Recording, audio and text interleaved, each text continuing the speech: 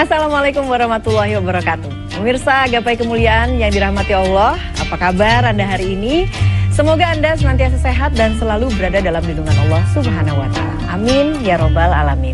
Alhamdulillah, senang sekali hari ini saya Fayunizar kembali hadir menjumpai Anda dalam program kesayangan kita Gapai Kemuliaan. Selama 30 menit ke depan, insya Allah kita akan membahas masalah seputar fikih, adab, dan tauhid dalam kehidupan sehari-hari yang tidak jarang masih banyak dari kita yang belum memahaminya. Dan seperti biasa, saya tidak sendiri. Hari ini sudah hadir bersama saya di studio, ada gurunda kita semua, Kiai Haji Muhammad Faiz. Assalamualaikum Kiai. Waalaikumsalam warahmatullahi wabarakatuh. Kiai, apa kabar? Alhamdulillah, baik, sehat. Alhamdulillahirabbil alamin. Nah, pemirsa, bagi Anda yang memiliki pertanyaan, silakan Anda bisa kirimkan pertanyaan Anda baik berupa pesan teks maupun dalam bentuk video melalui nomor WhatsApp yang tertera di layar kaca. Anda juga berkesempatan untuk bertanya langsung ini kepada Kiai melalui sambungan Zoom yang nanti secara teknis akan ditentukan oleh tim Gapai Kemuliaan. Baiklah, bahasan pertama kita kali ini adalah terkait bolehkah perempuan membenarkan bacaan imam. Nah, ini Kiai, biasanya pada saat sholat berjamaah kita sebagai wanita, sebagai makmumnya ini mungkin mendengar imam salah baca begitu ya.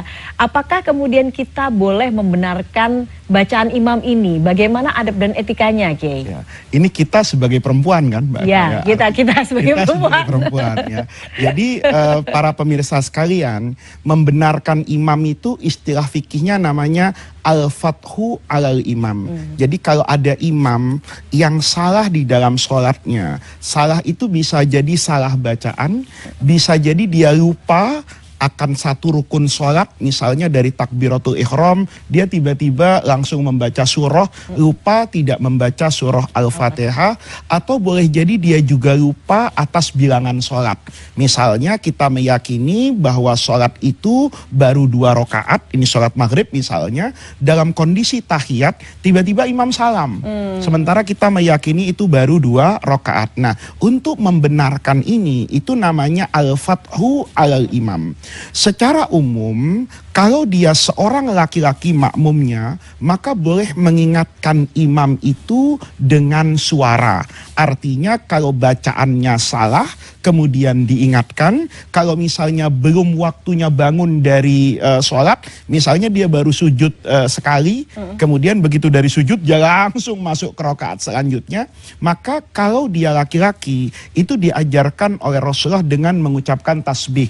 Dia membaca subhanallah. Kalau tadi bacaannya salah, misalnya dia mestinya maliki yaumiddin jadi malikin nas, maka tinggal diluruskan bacaannya oleh makmum yang mendengar.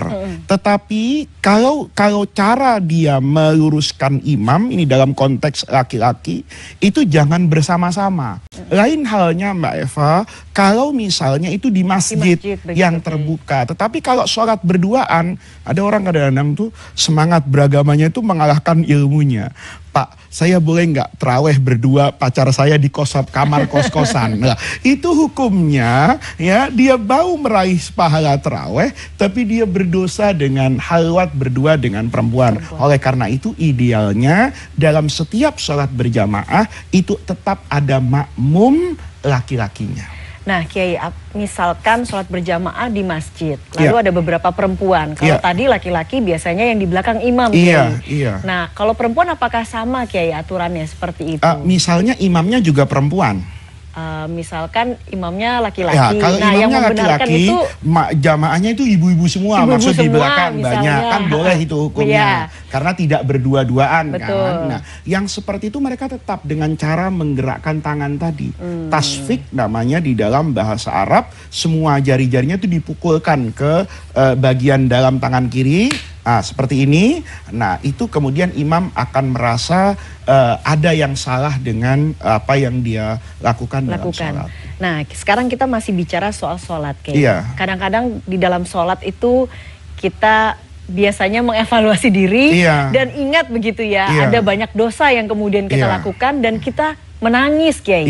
Apakah menangis di dalam sholat itu dibenarkan? Tapi kita akan bahas setelah jeda berikut ini, Kiai. Kita akan lanjutkan sesaat lagi. Jangan kemana-mana, Gapai Kemuliaan akan segera kembali sesaat lagi.